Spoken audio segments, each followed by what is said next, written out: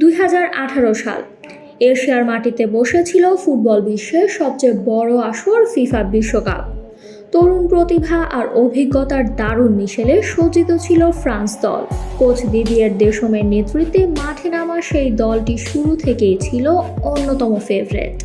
Kylian Mbappe, Antoine Griezmann, Paul Pogba, N'Golo কান্তে, এক ঝাঁক তারকার সমন্বয়ে গড়া ফ্রান্স শেষ পর্যন্ত পৌঁছে যায় বিশ্বকাপের ফাইনালে। মস্কোর লুঝনিকি স্টেডিয়ামে ক্রোয়েশিয়ার বিপক্ষে ফাইনালে 4-2 গোলের দারুণ জয় তুলে নেয় ফরাসিরা। 20 বছর পর আবারও বিশ্বকাপ ট্রফি নিজেদের ঘরে নিয়ে যায় ফ্রান্স। সেই ঐতিহাসিক দলের সদস্য ছিলেন লেফট ফুলব্যাক বেঞ্জামিন মেন্দি। যদিও চোটের কারণে পুরো টুর্নামেন্টে খুব বেশি সময় মাঠে থাকার সুযোগ পাননি তিনি, তবুও বিশ্বকাপ জয়ী দলের একজন সদস্য হিসেবে তার নাম লেখা হয়ে যায় ইতিহাসের পাতায়। বিশ্বকাপ জয়ের পর ফিফার পক্ষ থেকে খেলোয়াড়দের দেয়া হয় ট্রফির অফিসিয়াল রেপ্লিকা বা প্রতিকৃতি। সাধারণত এই ধরনের স্মারক খেলোয়াড়দের কাছে আজীবনের গর্বের বস্তু হয়ে থাকে, কিন্তু কয়েক বছর পর সেই স্মারক নিয়ে তৈরি হয়েছে এক বড় বিতর্ক।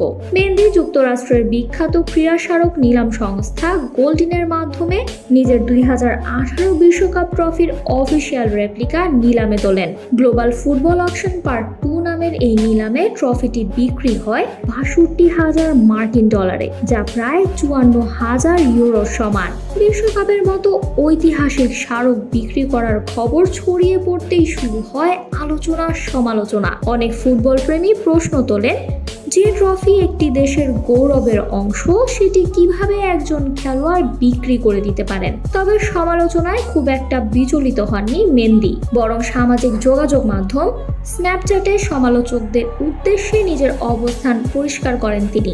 মেন্দি বলেন, এই ট্রফিটা কি আমার নাকি আপনাদের? শেষ পর্যন্ত এটা আমারই সম্পত্তি, তাই এটা দিয়ে আমি কি করব সেটা আমার ব্যক্তিগত ব্যাপার। তবে এখানেই থেমে থাকেননি তিনি। কিছুটা ব্যঙ্গাত্মক সুর মিলিয়ে মেন্দি আরও বলেন, আর তাছাড়া আলমারিতে ট্রফিটা বড্ড বেশি জায়গা জুড়ে ফালতু পড়েছিল। মেন্দির এই বক্তব্য আবারও নতুন আলোচনা তৈরি করেছে।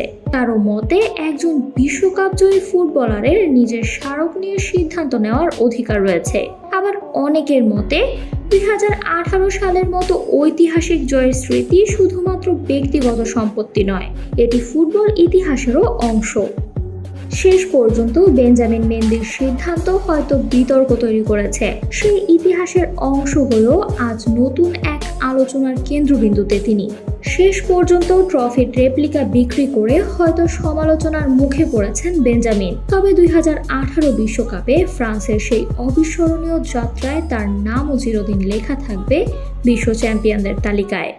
Samantha, beyond border sports. আরও আপডেট পেতে সাবস্ক্রাইব করুন আমাদের ইউটিউব চ্যানেল এবং ক্লিক করুন বেল আইকন। ফলো করুন টিকটক ও ফেসবুক পেজে।